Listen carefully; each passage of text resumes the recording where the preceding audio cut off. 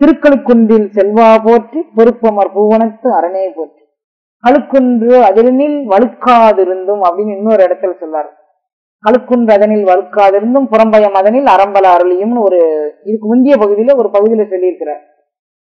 திருக்கழுக்குன்றில் செல்வாங்கிறார். இதுல கழுக்குன்றுங்கிறது மேல் அன்னத்தில் ஒரு பகுதின்னு நான் ஏற்கனவே சொல்லியிருக்கிறேன். அதுதான் ஐயமும் பிரிவும் அறுத்து எனது உடம்பினுள் ஐயமும் நீக்கி அருட்பெருஞ்சோதி அப்படின்றார். ஐயம் நம்ம உடம்புல இது இப்படி இருக்குமா, அது அப்படி இருக்குமா, இது இப்படி இருக்குமா, ஏதோ சொல்லிக்கிறாங்க, எனக்கு அதை பத்தி தெரியல, ஏதோ செய்துக்கிறாங்க, எனக்கு அதை பத்தி தெரியல. அந்த ஐயம் இருக்கு வரைக்கும் நாம் தலைவனுக்கு உகந்த ஒரு தொண்டரா இருக்க மாட்டோம். ஒரே பிடிப்பு, இது இப்படிதான், அது அப்படிதான், அதுல ஐயப்பாடு இருக்கக்கூடாது. ஐயம் இருந்ததுன்னா வழுக்கும். ஐயம்னா ஒரு பொருள், சந்தேகம்னு ஒரு பொருள், உறுதி இல்லாத தன்மை அப்படின்னா அதுக்கு இன்னொரு பொருள். ஐயம்னா கபம்னு ஒரு பொருள். கபத்துக்கு மேல நீங்க மேலேறினீங்கன்னா வழுக்கு ஏற்படும். சாதாரணமா யாராவது கபம் எச்சி துப்பி போட்டுருந்தாங்கன்னு வச்சுக்கோங்களேன், சிமெண்ட் தரையில நீங்க கால் வச்சீங்கன்னா வலிக்கிறோம்.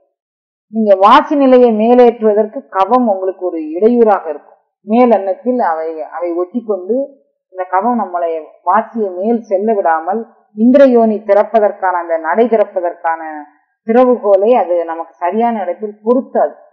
அதனால அவரு சொல்லும்போது சொல்றாரு, நீங்க அந்த மாதிரி ஒரு நிலைக்கு நம்ம போயிடக்கூடாது. கழுக்குன்று அதனில் வழுக்காது இருந்தோம், கழுக்குன்று அனுபவத்தை பெறுவதற்கு நாம் வழுக்காது இருக்கணும் அப்படின்னு சொல்றாரு. அப்போ அந்த மாதிரி நம்ம உடல்நிலையை பக்குவப்படுத்தணும்.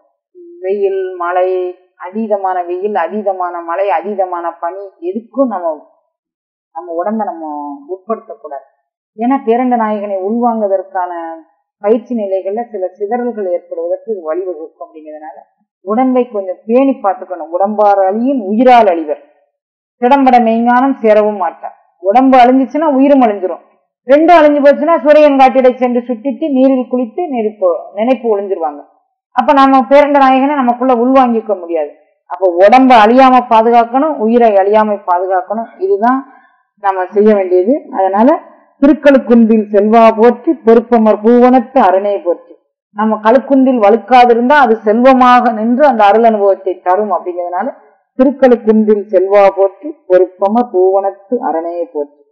பூவனம் அப்படிங்கிறது அது ஒரு அருள் அனுபவ ஸ்தானத்தை, பொறுப்பு அமர், பொறுப்புனா மலை, அதுவும் அதுக்கு மேல் பெறக்கூடியது. அடினா பண்ணற, கீழ் மேலெண்ணத்தில் அடிப்பகுதி, அதுக்கு மேல இந்திரயோனி திறந்த பிறகு ஏற்படக்கூடிய நிலைக்கு பொறுப்பமர் பூவனம் அப்படின்னு சொல்றாரு. கழுக்குன்றுங்கிறது மேல் எண்ணத்தை சொல்றாரு. அதுக்கு மேல பெறக்கூடிய இந்திரயோனி வாசல் திறக்கப்பட்ட போது பொறுப்பமர் பூவனம்ங்கிறாரு. அந்த அனுபவங்கள் எல்லாம் இப்ப நீங்க சொல்லளவாகவும் பொருளளவாகவும் புரிந்து கொண்டீர்கள். ஆனால் அனுபவ அறிவை இறைவனே தர வேண்டும். அப்படிங்கிறது நீங்க கழுக்குன்றில் வழுக்காது. யாரை சரணடைகிறீர்களோ அவர்களை இடைவிடாதும் இம்மையும் பற்றுங்க. சரணடைவதை விட்டு சந்தேகம் வைக்காதீங்க. சந்தேகம் சரணடையும் தலைவன்கிட்ட சந்தேகம் கொண்டால் திருவாசகத்தை நீங்க சரணடைங்க, மணிவாசகரை சரணடைங்க. சரணடைந்த ஆள்கிட்ட நீங்க சந்தேகப்பட்டீங்கன்னா உங்களுக்கே சந்தேகமா இருக்க, திரும்ப அவங்க எப்படி உங்களுடைய சந்தேகத்தை நீக்குவாங்க? ஐயமும் திரிவும் அறுத்து எனது உடம்பினில் ஐயமும் நீக்கி அறுத்தது. ஐயம் நம்ம மனசுக்குள்ள இருக்கக்கூடாது, திரிவு நம்ம மனசுக்குள்ள இருக்கக்கூடாது. உடலுக்குள்ளையும் பந்த பாசம் என்னும் தாவரம் பின்னலிட்டு தாயென்று சேயென்று நீ என்று நிக்க கூடாது. அந்த பந்த பாசங்களும் ஒரு பாசம்தான். அதுவும் இல்லாமல் இருந்தால் இறைவனை நாம பிடிச்சுக்கிடலாம். அதனால அவர் சொல்றாரு, திருக்கழுக்குன்றில் செல்வா போற்றி பொறுப்பமர் பூவனத்து அரணே போற்றி. அருவமும் உருவமும் ஆனாய் போற்றி மருவிய கருணை மலையே போற்றி.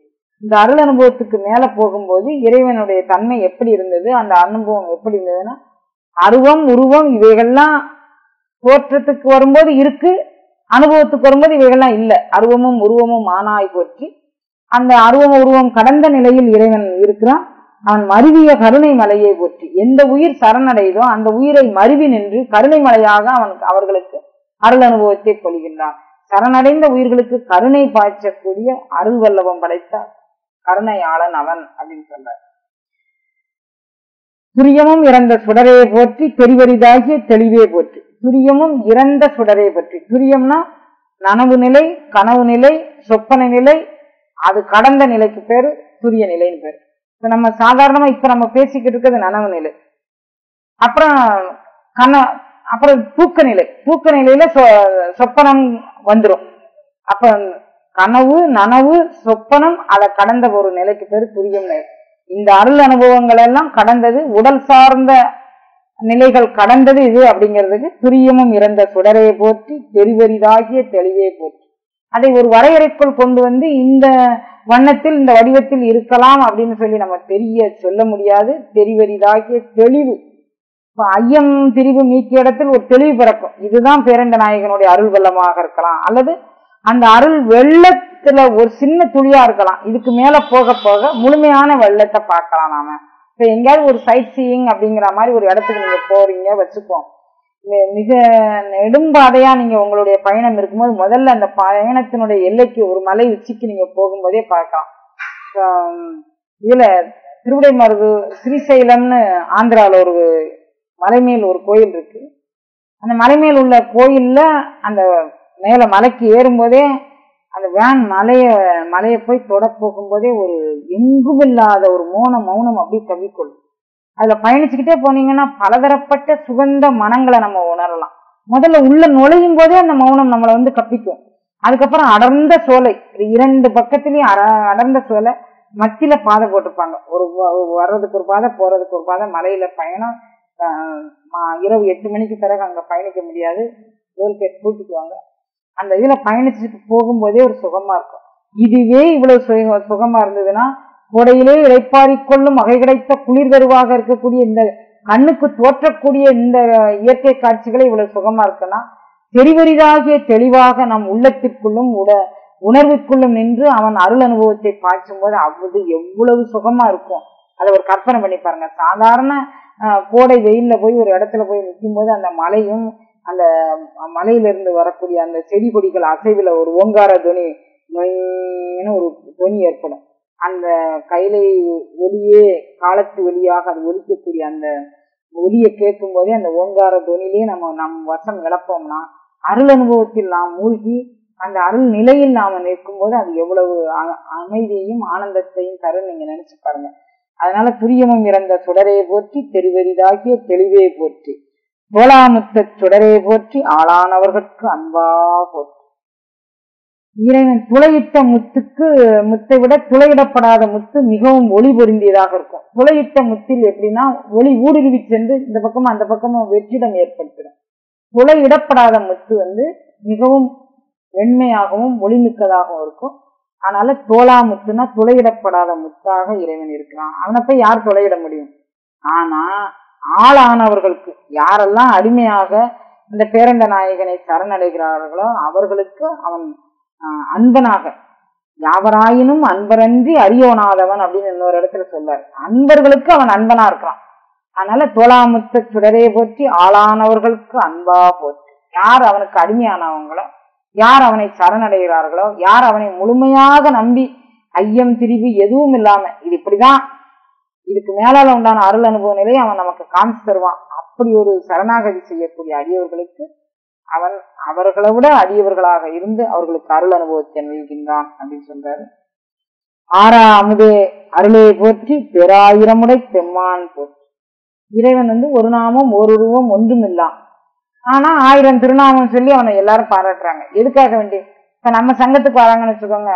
இப்ப தங்கமே அணையார் கூடிய ஞான சமரச சங்கமே கண்டிடவும் சங்கம் சார் திருக்கோயில் கண்டிடவும் அப்படிங்கிறார். அப்ப இது திருக்கோயில். இந்த திருக்கோயிலுக்குள்ள இறைவன் வந்து இருக்கும்போது அவனுக்கு இந்த இடத்துல ஒரு வலிமையும் ஒரு வண்ணமும் உண்டு. இது இன்னொரு சங்கத்துக்கு போறாரு. அவங்க ஒரு விதமான பக்தி, அவங்க ஒரு விதமான ஞானத்தோடு இருப்பாங்க. அவங்களுக்கு உண்டான நிலைக்கு தகுந்த மாதிரி அங்க ஒரு அருள் வல்லபத்தை அளிப்பார். யார் யார் எந்தெந்த கொள்கையில நிக்கிறாங்களோ அவங்களுக்கு தகுந்த மாதிரி அருள் அளிக்கக்கூடியவன் அப்படிங்கிறதுனால ஆறா அமுதே அருளை போற்றி பேராயிரமுடை பெம்மான் போற்றி. அந்தந்த நிலைகளுக்கு தகுந்த இந்த நிலைக்கு இது ஒரு பேரு. இது திருவாசக சங்கம், வள்ளல் பெருமானார் சங்கம், அங்க வேற ஒரு சங்கம். எதுக்காவது அவங்கவுங்க வச்சுக்கொண்ட பேர்லயும் அவங்கவுங்க அபிமானிக்கக்கூடிய அபிமானத்திற்கு ஏற்றவாறும் அந்த அருள் அனுபவம் இருக்கு அப்படின்னு சொல்லாரு. ஆறா அமுதே அருளையை போற்றி பேராயிரமுடை பெம்மான் போற்றி நாளி அருகின் தாராய் போற்றி நீள் ஒளி ஆக்கிய நிறுத்தா போற்றி. இது இந்த யோக நிலையினுடைய முழு சாரமும் இதுல இருக்கு. தாளி அருகின் தாராய். தாளி அருகுங்கிறது நம்மளுடைய உடம்புல இருக்கக்கூடிய 3 முடிச்சுக்கள் கொண்ட ஒரு பெரும்பகுதின்னு நான் நேற்றுக்கே இந்த பாடலுக்கு விளக்கம் சொல்லியிருக்கேன். 3 முடிச்சுக்களையும் சாதாரண பயிற்சினால கடக்க முடியாது. நாம் தலைவனை சரணடைந்து அவன் கொடுக்கக்கூடிய அருள் வல்லபத்தையும் அருள் ஆற்றலையும் பெற்றுக்கொண்டுதான் இந்த 3 முடிச்சுக்களும் கடந்து போகணும். அப்படி கடக்கக்கூடியதாகிய அருள் வல்லபத்தை தரக்கூடியவன் அவன். அப்படிங்கிறதெல்லாம் நீள் ஒளி ஆகிய நிறுத்தா போற்றி. அவன் நீண்ட ஒளி பொருந்தியவன். அவன் குண்டலினி ஆற்றல் மூலமாக ஆஞ்சாதாரணை வரை சென்று அதையும் கடந்து நிராதார நிலைக்கு, ஆதார நிலையில் நாம் இந்த இதுல இருக்கிறோம், நிராதார நிலையில் பேரண்ட நாயகன் நம்மை கடத்தி கொண்டுட்டு போகக்கூடிய அருள் வல்லபத்தை நீள் ஒளி ஆகிய நிறுத்தா போற்றி அப்படிங்கிறார். அப்போ இந்த தாலி அருகின் தார் இந்த 3 முடிச்சுக்களை கடக்கிறதுக்கு துணை செய்யக்கூடியது. இந்த 3 முடிச்சுக்களை உடைத்து எரிந்து அதையும் கடந்த அருள் அனுபவத்துக்கு கூட்டி கொண்டு போவது இந்த அருள் வலிமை, அந்த அருள் வல்லபம் அப்படிங்கக்கூடியதுக்காக வேண்டி தாலி அருகின் தாராய் போற்றி நீள் ஒளி ஆகிய நிறுத்தா போற்றி அப்படின்னா அந்த நீள் ஒளியே நிறுத்தனாக நின்று அருள் வல்லபம் செய்கின்றது. சந்தன சாந்தின் சுந்தர போற்றி சிந்தனைக்கு அறிய சிவமே போற்றி. இறைவன் உத்தரகோச மங்கைங்கக்கூடிய ஊர்ல சந்தன சார்ந்த நடராஜமூர்த்தி எப்படி அருளாட்சி பண்ணுகிறார் அப்படின்னா, சந்தன திருமேனியோடு அருளாட்சி பண்ணுகிறார் நடராஜமூர்த்தி. சந்தன சாந்தின் சுந்தரன் அவன் வேற. அவனுக்கு அவனுடைய உண்மை பெருக்கமாம் தோற்றத்தை நம்ம என்னைக்கு காணலாம் அப்படின்னா, மார்கழி திருவாதிரை நட்சத்திரத்து அன்னைக்கு அந்த சந்தன காப்பு அனைத்தையும் களைஞ்சிட்டு அப்புறம் முழு அபிஷேகம் அப்பதான் பண்ணுவாங்க. மீதி எல்லா கோயில்களையும் நடராஜருக்கு ஒரு ஆண்டுக்கு 6 அபிஷேகம் பண்ணுவாங்க. திருவாதிரை அன்று மட்டும்தான் உத்தரகோச மங்கையில அபிஷேகம் நடக்கும். அப்போ சந்தன சாந்தின் சுந்தர போற்றி சிந்தனைக்கு அரிய சிவமே போற்றி. அவன் சந்தன சாந்து அணிந்தவன், சிந்தனைக்கு அரியவனாகிய சிவனாக நிற்கின்றான் அப்படின்னு அவர் சொல்றாரு. சந்தன சாந்தின் சுந்தர போற்றி சிந்தனைக்கு அரிய சிவமே போற்றி. அந்த சிந்தனையில் நின்று அவன் பெறக்கூடியவன் இல்ல, அரிய சிவம் அப்படின்னு அவர் சொல்றார். இது சாதாரணமான ஒரு கருத்து. ஆனா இறைவன் சந்தன சாந்தின் சுந்தர உத்தரகோச மங்கை அனுபவம் பெறக்கூடிய உயிர் எந்த விதமான கோட்டிங்கும் சந்தன சாந்து பூசப்படாமல் அவன் மேலேறிய அனுபவத்தை வீணாதண்டின் மேல் ஏறி திருவாபெருந்துறை வரையில் ஏறி கருவார் பெருஞ்சோதி கண்டபின் தென்னாடுடைய சுகமாக விளங்கும் அருள் அனுபவ ஸ்தானத்தை கடந்து போகும்போது அவன் சிந்தனைக்கு அரிய சுகமாக இருப்பான். சந்தன சாந்து நீங்க மேல் பூச்சாக உலகியல் எண்ணங்களையும் சிந்தனைகளையும் பூச்சிக்கொண்டு இருக்கும் வரை அந்த தோற்றத்தில் இருப்பீங்க. அது கடந்ததாக நீர் ஒளியாக மேல் பறந்து போகக்கூடிய அருள் அனுபவம் உங்களுக்கு கிடைக்கும் அப்படின்னு சொல்றாரு. சந்தன சாந்தின் சுந்தர போற்றி சிந்தனைக்கரிய சிவமே போற்றி. மந்திர மாலை மகேந்திர மந்திர மாமலை மேயாய் போற்றி எந்தம்மை உய்ய கொண்டாய் போற்றி. மந்திர மாமலை மேயாய் போற்றி. மந்திர மாமலைங்கிறதும் அருள் அனுபவ ஸ்தானத்துல ஒண்ணுதான். அந்த திருக்களுக்கு உத்தரகோசையை மீண்டும் மீண்டும் சொன்ன அனுபவ நிலையங்களையே அவர் சொல்றாரு. ஒவ்வொரு நேரத்தில் இப்ப நாம இங்கே இருக்கிறோம் வச்சுக்கோமே, இப்ப தியானம் பண்ணும்போது ஒரு அருள் அனுபவம், இன்னும் கொஞ்ச நேரம் கழிச்சு தியானம் பண்ணும்போது ஒரு அருள் அனுபவம், அப்புறம் கொஞ்ச நேரம் கழிச்சு தியானம் பண்ணும்போது ஒரு அருள் அனுபவம். ஒன்றோடு ஒன்று பொருந்தி பார்த்தா எல்லாமே மொத்தத்துக்கு பேரண்ட நாயகனுடைய அருள் வல்லபம் அப்படின்னு தெரியுமே தவிர, ஒரு நிலையில் நாம் கண்ணில் பெறக்கூடிய அனுபவமா இருக்கலாம், ஒரு நிலையில் உச்சந்தலையில் பெறக்கூடிய அனுபவமா இருக்கலாம், ஒரு நிலையில் பின்னந்தலையில் பெறக்கூடிய அனுபவமா இருக்கலாம். எந்தெந்த நிலையில் அவர் அந்த அருள் அனுபவத்தை உள்வாங்கினாரோ அந்த அருள் அனுபவ நிலையங்களுக்கு தகுந்த மாதிரி நமக்கு இந்த ஒவ்வொரு காட்சிகளையும் நம்ம அந்த பாதையை நோக்கி அப்படியே அழைச்சிட்டு போய் நமக்கு ஒரு மேல்நிலை வல்லபத்துக்கு நம்மளை கூட்டிட்டு போறாரு. மந்திர மாமலை மேயாய் போற்றி எந்தம்மை உய்ய கொள்வாய் போற்றி. இந்த அருள் அனுபவம் தான் நம்மளை உயிர் பெற செய்யும், நம்மளை மேலான நிலைக்கு ஆட்படுத்தி அழைத்து செல்லும். வேற எந்த நிலையும் நம்மளை உயிரிக்கு வழிகாட்டாது. அப்படிங்கிறதுனால மந்திர மாமலை அந்த மந்திர மாமலையில் மேயாயினா அங்கு வீற்றிருந்து எந்தமை உய்ய கொள்வாய், நான் என்னை ஆட்கொண்டு அருள் செய்ய வேண்டும் அப்படின்னு கேட்கிறாரு. மந்திர மாமலை மேயாய் போற்றி எந்தமை உய்ய கொள்வாய் போற்றி. புலிமுலை புல்வாய்க்கு அருளினை போற்றி அலைகடல் மீமிசை நடந்தாய் போற்றி. புலிமுலை அதாவது இது திருவிளையாடல் புராணத்துல வரக்கூடிய ஒரு செய்தி. ஒரு மான் கன்றை ஈன்று போட்டுட்டு தாய்மான் இறந்து போச்சு. உடனே அந்த தாய்மான் பரம்பொருளை சரணடைந்து எப்படியாவது என் குழந்தைக்கு நீ சரணம் அளிக்கணும், அபயம் அளிக்கணும்னு வேண்டிக்க. பரம்பொருள் அங்கே ஒரு கன்றை என்ற புலி நின்னுது. அந்த புலியை கை காட்டினாரு. அந்த புலி தானே வலிந்து சென்று அந்த குட்டிக்கு பால் கொடுத்துச்சு. புலிமுலை புல்வாய்னா மான் அர்த்தம். புலி தானே இறங்கி அந்த மான் குட்டிக்கு பால் கொடுத்ததாக திருவிளையாடல் புராணத்துல ஒரு செய்தி உண்டு. அதை இங்க நினைவுபடுத்த சொல்லுவாங்க. ஆனா புலிமுலை புல்வாய்க்கு அருளினை போச்சு. புலி எப்படி தான் விரும்பாத நேரத்திலும் கூட பிறர் பொருளை அபகரித்து தின்றுமோ அந்த மாதிரி உண்டான குணத்தை மாற்றி எந்த நேரத்திலும் கருணை வடிவான பேரண்ட நாயகனை நினைக்கும் பண்பை தருவதுதான் புலிமுலை புல்வாய்க்கு அருளை.